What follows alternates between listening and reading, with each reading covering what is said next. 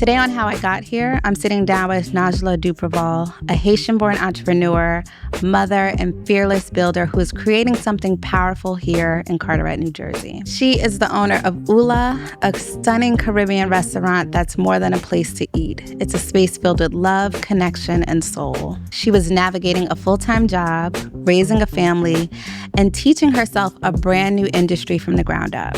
No playbook, no restaurant experience, just vision, grit, and a desire to bring a piece of her heritage to life. In this conversation, we talk about where it all started, how she kept going when the path got hard, and the legacy she's building plate by plate, room by room. There were times when I'm building a $3 million restaurant, my account is in a negative. I couldn't pay my bills, but I'm building something. How do you say, okay, let me wake up, let me go do the things, let me still show up? Because that's hard. Every time I thought I was gonna crash, God sent somebody to bail me out. This is Nagela Duperval, and this is how she got here. Naj, thank you so much for allowing us to come tape here, for opening up your space for us. I know you all are closed today. Everyone has been telling me to come to Ula. I used to live out here, so to even see the change of downtown, quote unquote, Carteret has been amazing. And for you to be a Black woman in this space, in this dope restaurant, like, I want to applaud you. So thank you for opening up your doors for us today. Thank you for choosing me. I appreciate it. Of course. So let's start with home. You were born in Port-au-Prince, Haiti. I was. And raised in New Jersey. Yes. And so how old were you when you came to the States? And did you bring a piece of your culture with you here that, you know, resonates with you day to day?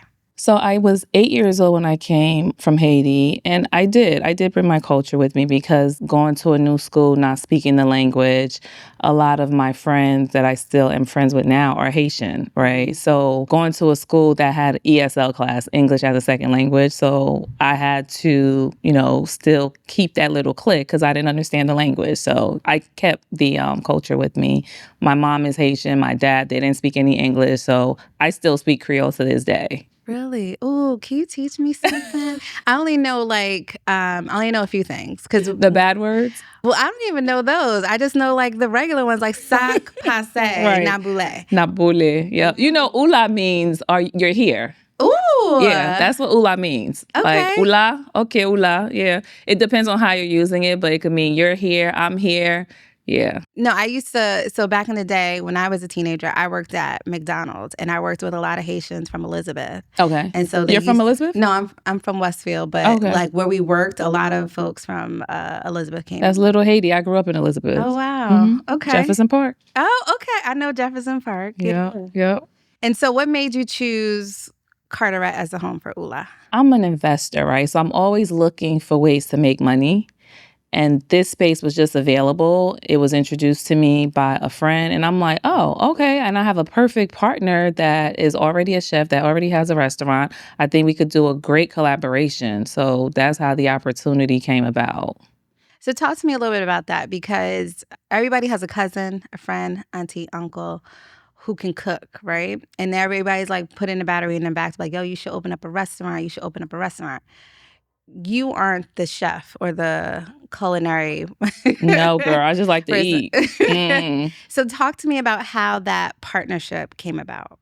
So I had been going to SMA cafes in Colonia for years, and Chef Duke, he's just a great, amazing chef, and he reminds me of my mom's cooking because even though it's not really Haitian food, but he still has a lot of Haitian dishes there. When this opportunity came about, I was just like, hey, chef, I know you have a place here, but what do you think about us building a restaurant to introduce people to our food? A lot of people don't know Haitian food. They wouldn't even know where to go to get Haitian food because we don't have any beautiful restaurant that looks like this, right? And he was okay with it. He was like, yeah, let's do it. And this is how Ula was born. I was going to ask, was there a specific moment, family dinner, holiday or something that sparked that interest for you to be like, you know what, I want to create a restaurant that's dedicated to our culture? I think just over the years of me going to Duke's place and I saw how much it grew. The place is small, right? Yeah, so it's small. And I was just like, you know what? Like, he needs a bigger place. I think he's such a great chef. A lot more people need to know about him and, his cooking. So again, when the opportunity just came, I was just like, yeah, I want to do this. And I want to bring Chef along with me for us to build this space. Talk to me about the opportunity, because me and you were talking before this and you're like, girl, there's a commercial space across the street and you should look into something there because but I wouldn't even know how to even approach opening up a commercial space. So what was the opportunity that was presented to you for you to open up Ula? So a friend of mine knew the owner of the building, and the space was for lease for a while, I think a couple years. And I had mentioned to him I would love to be able to do a restaurant with Duke, something bigger to introduce our food. And when he found out about it, he was like, hey, Naj, I'll introduce you to the owner. He introduced me to the owner. The terms were great. I was able to get a year of free rent while I did. Yeah. Commercial is different. Yeah, the owners usually give you time for the build out. And also, I was under the impression, I hear, conversations about, getting SBA loans, and it's easy because you're a Black woman, you're a minority, so you're going to be able to get an SBA loan. That didn't happen. It wasn't that easy. So I went into the space blind, right? Not realizing it takes a lot more than what people, were putting out for me to be able to open. This took 3 years. Really? Yes, it took 3 years. Just, negotiating the lease was about 8 months, right? Because commercial is completely different from residential. So it was a long, expensive journey. Expensive. Very expensive. So do you recommend, like I said, we know people that always are like, oh, I want to open up a restaurant. Mm-hmm. What are the steps that you would suggest for people that would want to open up a space?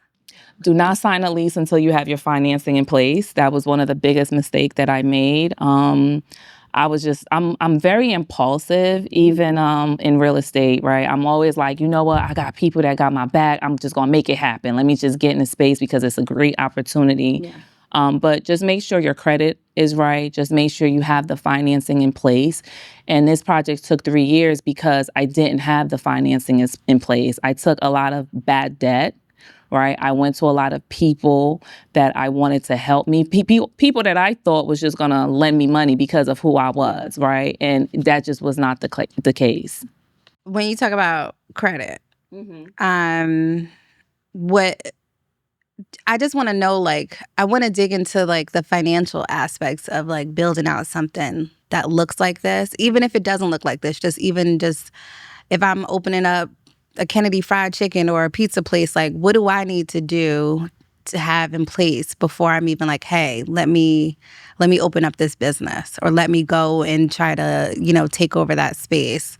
What would you suggest? The first thing you need is an attorney, right? That can handle those type of business transactions. You need a really good attorney.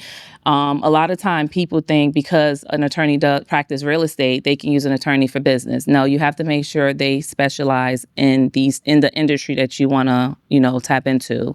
The credit needs to be on point. Personal credit, business credit, personal, your personal, because your personal credit is what is going to help you get business funding, right?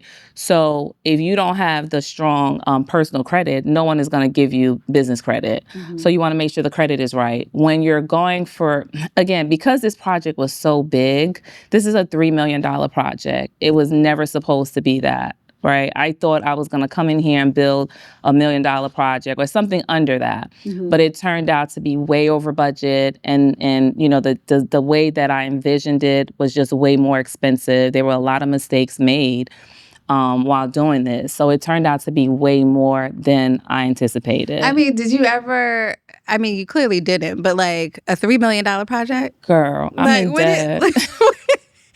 I have anxiety for you because of that. The anxiety is real. But God's gonna make a way. Okay, we just gonna claim that right now. He made.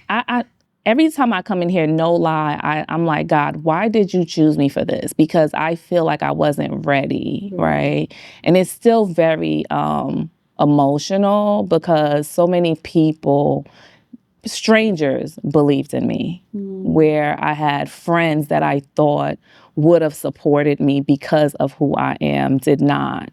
There were times when I'm building a $3 million restaurant, my account is in a negative. I couldn't pay my bills, but I'm building something. How do you talk to me about that? Because how do you, trust me, I've been there, but I'm not building a $3 million project. But it was a mistake. It's a mistake. It's not. Look at it. Okay. Come on. I know you don't drink, but drink. Because I see it. You about to. Girl, I get emotional talking about it. You're about to make me emotional. We're not going to do that. But when your account's in a negative, you're building this $3 million project. How do you say, okay, let me wake up, let me go do the things, let me still show up? Because that's hard.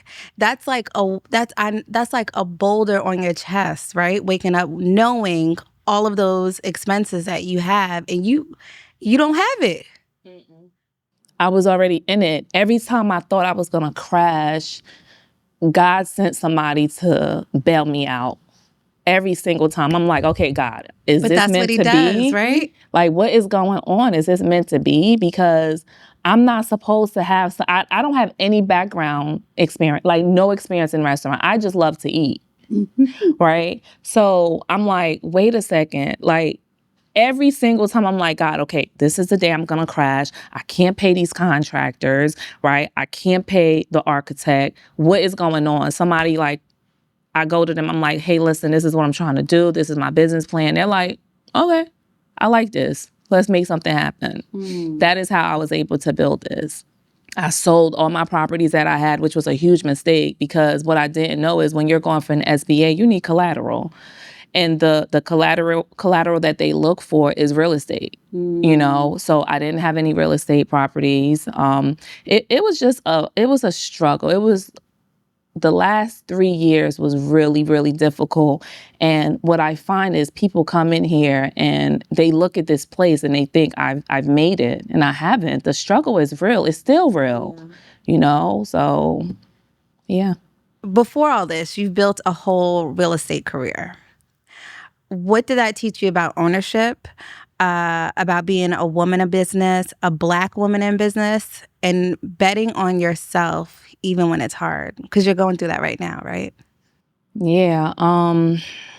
It teaches me to just partner with the right individuals. Partnership is so important. The way I got started in real estate was because of a good friend of mine that introduced me to it, right? I was a real estate agent. I worked a full-time job, which I still do. You still do? Yeah, I still work a full-time job. You still work a full-time job and you run this? I run this, yep. After the full-time job. And you're a mom? And my kids are old. I started young. You're still a mom? Yes. Okay. I mean, we'll talk about that later, but yeah. Okay. Yeah. So I think it taught me how to find the right partnership, because I had some deals that didn't go well because of partners, right? And but I had some deals that went really well because I had strong partners, right? And it allowed me to not put everything on myself, because I'm a person that is just take on so much. I don't know how to stop, right? So I think for me, it's just making sure that I find the right partners when I'm going into any type of business that I'm doing, because I don't want to do it by myself. It's hard. Yeah. How long were you doing real estate development? Oh, my God. I got my real estate license back in 2005. Yeah, 2005. So, and I got the license not really so much to help people find properties, even though I was, but I got it because I wanted to understand the business before I jumped into being an investor. So I was an investor for over 10 years. Oh, wow. I loved it. Yeah, I love going into a property that is just destroyed and I'm able to change it around. I just enjoy that. So talk to me about like your first investment property, because how do you even, what are the steps to do that? Like people get their real estate license, or you see all these shows on HGTV where it's like, oh, you could flip and you could make this crazy wild profit.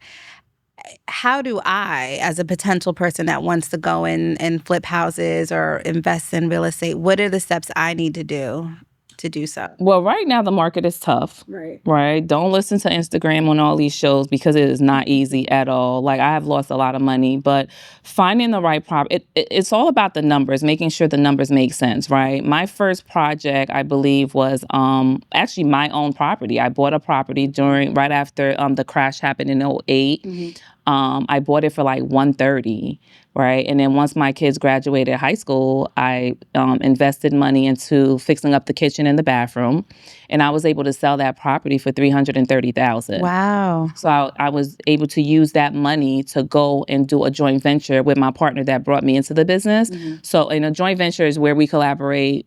We go in half and half. We use a hard money lender, which is high interest, but hard money lending is really for people that are investors, because it seemed like it's cash, but really not cash, right? But you're paying an interest-only loan, and they only allow you to use that loan for a year. So you have a year to make sure you're in and out that project. That's quick, especially when things happen along that time. And I mean, that project went very well. I forgot how much we paid for that property, but we went in there, fixed it up. And with him already being experienced, he allowed me to take the lead and also kept me from making a lot of mistakes. The mistake I made was trying to go on my own so quickly, right? I went in and bought one property, then I went and bought a second one because the numbers were so great. So I'm like, you know what, I got this. But we don't realize there are so many things that can go wrong. That property I did on my own, there was a underground oil tank, right? And it was contaminated. I had to spend money. How much was that? Girl, it was like $12,000 because it was on a hill. Girl, it was a mess. It was a mess. Then I ran out of money, and I had another project that I was waiting to start working on, right? So I'm paying mortgage for 2 properties. It was crazy. Then when I finally listed the property, because I was done with it was in Bloomfield, I'll never forget, the sewer line cracked.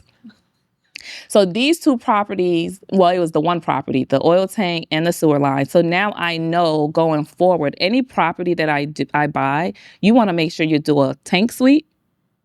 You want to make sure you do a sewer line inspection, because I spent so much money not knowing.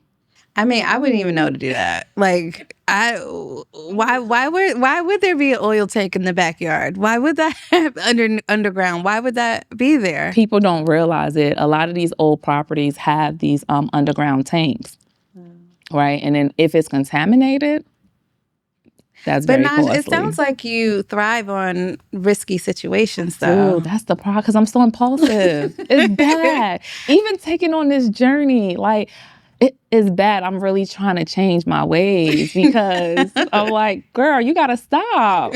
But I mean, look what you built here, though. I know, but it's hard. It really is. It'll get better. It will.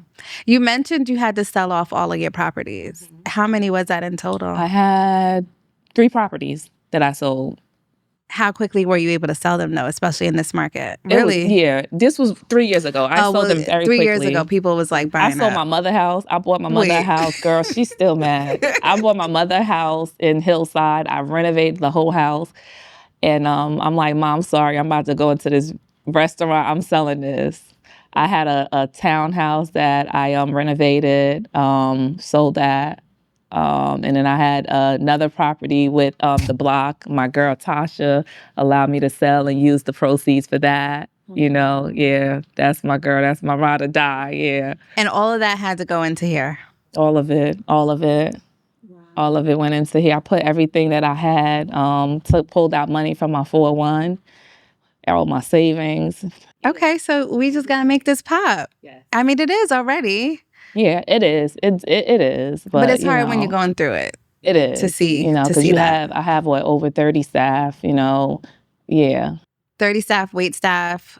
Bartenders, line cooks, dishwasher, runners, bus girl, the hostess. I know that overhead monthly is crazy. Baby, weekly. Weekly. Oh, they get paid weekly? They get paid weekly. You know why? Because I work a 9 to 5, right? So I need my money every Friday, so yeah, I know what it's like. Yeah. I know what it's like to work hard and you want your money. So your partner in this restaurant, he helped you like figure out like, Naj, you need XYZ amount of line cooks, runners, and all that. Because I'm Yes. like, did you even know any of that? No. Okay. That's the thing that I didn't know. I didn't know anything about restaurant. I just know, listen, I'm going to build this space, right? Construction is my thing. I'm going to find the right contractor to build this space. And you come in and help me with figuring out how many people do we need in the back of the house, how many people we need front of the house. I mean, this place is such a vibe, right? So I think you're going to do well. You already are. What's something that's on the menu? What's one piece of art in here that feels like a piece of your own story on display? The things we have on the menu, we have a couple dishes on the menu because we started having Haitian people come in here and they're like, wait a second, where's the Haitian food, right? Because they think it's a Haitian restaurant and it's really not, right? I just wanted to be able to introduce our food, some of our food to people that are Haitian. Mm-hmm. So we have the griot, which is fried pork. Mm-hmm. We have the jonjon rice. And the jonjon rice, a lot of people know it as black rice. Mm-hmm. And even myself, I used to call it black rice, and it's not that. So when I opened the restaurant, I was like, hold up. I'm like, why am I letting people call this black rice? That's not what it is. It's jonjon rice. Because just like African rice, they have jollof rice, and that's how people know it. But so I started correcting people and letting them know it's jonjon rice, which is dried mushroom. That's what makes it black. Ah, okay. Yep. Okay. We talked a little bit about being your mother. Your kids are older now, right? But how do you, with everything you have going on, full-time job, this restaurant, you still have real estate development projects, right? No, so my partners from the blog has been holding it down. I haven't really been able to invest the time to do any type of real estate development. Right now, we're so much. Yeah, this is a lot. Right now, we're not even doing any more flips though, because that was my role, handling the flips, dealing with the contractors. But we don't have any flips that we're doing because there's no properties out here. Yeah. The market is really high. So now we're tapping into new construction, which is not an area that I'm familiar with. But once we do find some lots and we're building new construction, I have to get out there and handle that part of it and learn about it because that's my role with dealing with contractors. But with everything you have going on, how do you find balance? Like, how do you refill your own cup day to day, especially with like just the weight of this project? Honestly, I haven't been able to. Right? And that's real. It's tough, right? Being in this space because I realized I didn't really have support. Do you mean like support from like the people that I put in place in position? But that's what happens. It's unfortunate. Like, I've always told myself, like, okay, Naj, be an expert at hiring experts. And that's what I was doing here because my goal for here was never to be working this restaurant. I want to understand the business enough because it's mine, right? But I never wanted to be the one here doing the work and I just wanted to come here and chill. It didn't work out like that. The first 6 months was just, it was a learning lesson for me. There were a lot of people that were in position that weren't doing what they were paid to do. So now, were these people that you had relationships with and you're like, let me, okay. Yeah, just people that I hired, So now, I had to bring other people in to help change the whole platform, the whole structure of that's things. A lot. It is. And that's why I haven't even really been able to find the balance. And people say, Naj, you need sleep. And I do. Trust me, I want to go to sleep. I want to go on vacation, right? Y'all think I don't want to do that? Of course I do. I don't want to be going from one job from 6:30 to 3 p.m. and then I have to come here. I get here, come down here by 4:30. And I'm here till 10, 11 o'clock. Sometimes I'm going home and I'm like saying, you know what, let me just go for a little break, right? Just a little break. And I'm passing out. I'm waking up with the phone in my hand. Because you're exhausted. I'm exhausted. I want to be able to find a balance. And I pray about that all the time. But I haven't been able to yet. Not yet. This year, you had a pretty big deal with speaking at the Black Women in Food Summit, right? I'm sure as a woman in this space, entering this new space, that was huge for you, right? It was. What was it like being in that room? What did you want women listening to your talk to take away from your your conversation. And then what did they pour into you? Oh my God, that was probably my escape because I wasn't gonna go. My girlfriend actually volunteered me to be one of the speakers, and I wasn't gonna go because I was just like, I can't leave this place, right? But I was like, you know what, I have to go, and it was just inspiring just to see all these beautiful Black women. And listening to their stories. And I'm like, oh my God, yeah, Naj, you got this. I don't take time to pat myself on the back and tell myself how proud I am, right? I forget because I have so many other things on my plate. But that weekend, oh my God, it was amazing. I'm so glad that I went. I was able to meet Brandy, who is now here helping me restructure the business. Brandy. Yes. Okay. That made our drinks. Yep. That's how I met her, right? I made so many connections there. So I'm so glad I went. I'm sure you learned, like, being at that space from some women that have been in the game for a minute. What was one piece of advice that you took away that really helped, like, reignite your excitement, your focus, your energy around this space? Because I know it's been hard. Them just telling me their story and just listening to what they went through and how hard it is and just realizing, yeah, there is light at the end of the tunnel. I haven't seen it yet, right? Just being fully honest. It's coming, right? It is. But just hearing their story and them telling me, like, listen, Naj, you got this, right? You got it. Don't worry. We're here for you. We're supporting you. And you know, some of these women I do still reach out to for advice because I just feel at times I'm lost. Right. And when I feel lost, I do pick up the phone and I feel like just giving up and just saying, you know what, I'm done. Mm-hmm. You know, I'm able to still call them and talk to them. And they're like, listen, stop. Yeah. You did this and you're going to keep doing it.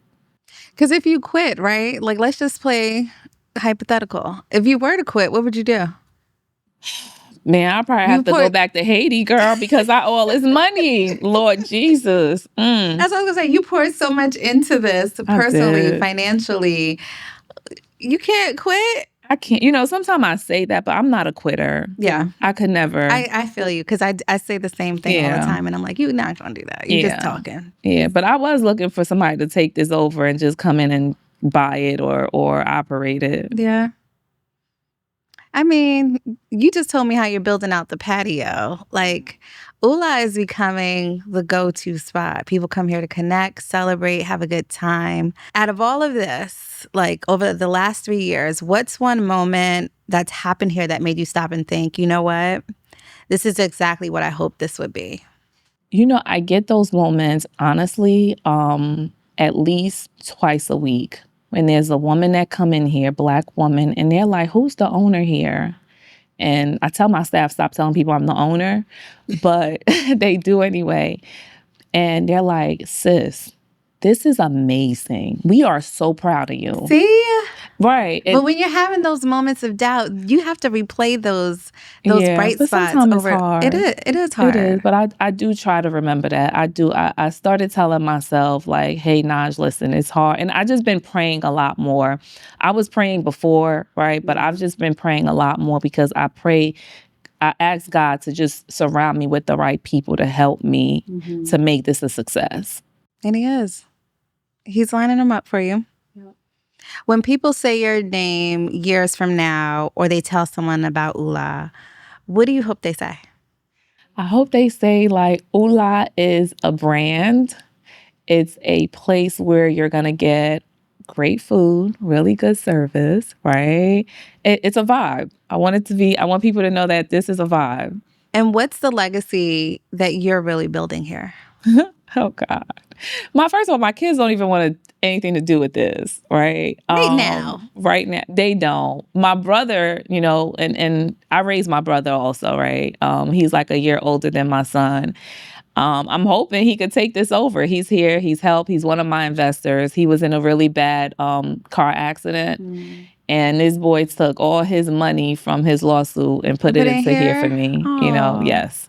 So I'm hoping that he is the one that come in and take over and I'm able to build multiple locations so that he can. Yeah. I asked you about that earlier. I know. I was saying like, no. I'm hoping because I do know it's going to turn around. It's just right now when I'm in it, I don't see it. Yeah. I don't know how it's going to happen, but I know it will. Yeah, it will. Yeah. So now I'm going to ask you some quick fire questions. I want you to just tell me what's the first thing that comes to mind. Okay. It's nothing crazy because I see you Okay. looking up in the air like, what are we about to... What is one dish you'll never take off the Ula menu? Red snapper. Okay. I love you some snapper. I'm Haitian. Morning person or late creative flow? Morning. And what song instantly takes you back to Haiti? Ooh la la. Ooh la la. It's named after the restaurant. The restaurant's named after the song. No, that's different. Ooh la la is just ooh la la. But ooh la what's the name of the song then? Ooh la la. Ooh la la is the name of the song. Okay. Yeah. Ooh la la. Naj, thank you so much for your time today. Thank you for opening up your doors. Yes, I wish you could eat. I want you guys to try the food. We're coming back. Closed. Okay, we're good. Coming back. Before we go, I want you to tell people how to find you, connect with you, support Ula. Tell us all the things. Yes, so you can come to 29 Washington Avenue in Carteret, New Jersey. Our website is oulanj.com. Our Instagram and Facebook and TikTok is also oulanj, Ula, New Jersey. I appreciate you. Thank you. Thank you so much. Yes. I appreciate you. I wanna know, how did you get